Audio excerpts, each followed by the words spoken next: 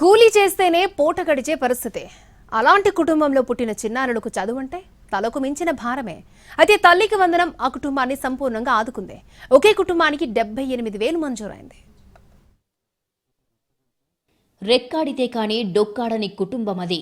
కూలీ పని చేస్తూ చిన్నారులకు కడుపు నిండా తిండి పెట్టడమే కష్టంగా ఉన్న పరిస్థితి.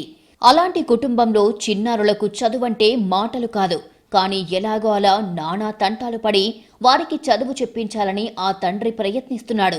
వీరికి ఊహించని వరంలా ఆదుకుంది తల్లికి వందనం. కర్నూలు జిల్లా మంత్రాలయం మండలం మాధవరంలో ఏలియా, సంగీత దంపతులకు 6 సంతానం.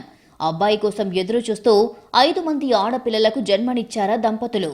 6వ సంతానంగా అబ్బాయి పుట్టడంతో ఆపరేషన్ చేయించుకున్నారు. ఆస్తిపాస్తులు లేవు.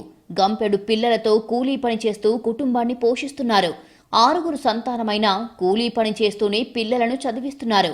ఎంపీ, యూపీ స్కూల్లో 3, జెడ్పీ స్కూల్లో 2 చదువుతున్నారు. ఒకరు ప్రైవేట్ స్కూల్లో విద్యను అభ్యసిస్తున్నారు. ఏలియా కుటుంబానికి తల్లికి వందనం బంపర్ ఆఫర్ ఇచ్చినట్లయింది.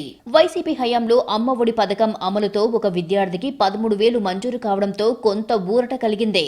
కూటమి ప్రభుత్వం అధికారంలోకి వచ్చాక ఇంట్లో ఎంతమంది పిల్లలు చదివితే అంతమందికి తల్లికి వందనం అమలు చేస్తామని హామీ ఇచ్చింది. ఆ మేరకు ఏలియా కుటుంబంలో గతేడాది 5 మంది పిల్లలు స్కూలుకి వెళ్తుండగా 65,000 తల్లికి వందనం పథకం కింద మంజూరయ్యింది. ఈ ఏడాది చివరి కుమారుడు కూడా స్కూలుకి వెళ్లడంతో 6 మందికి 13,000 చొప్పున 78,000 ఖాతాలో పడింది. తల్లికి వందనం పడినాయి 6 మందికి. 6 మందికి గాను 78,000 పడినాయి. మాకు ఈ ప్రభుత్వం, గత ప్రభుత్వంలో ఒకరికే పడ్డాయి, ఈ ప్రభుత్వంలో అందరికి పడినాయి. చాలా సంతోషంగా ఉంది. కుటుంబంలో 6 పిల్లలకు 78,000 ఖాతాలో పడడంతో ఏలియా, సంగీత దంపతుల ఆనందానికి అవధులు లేవు. ఈ మొత్తాన్ని పిల్లల చదువులు, ఇంటి ఖర్చులకు ఉపయోగిస్తామంటున్నారు ఏలియా,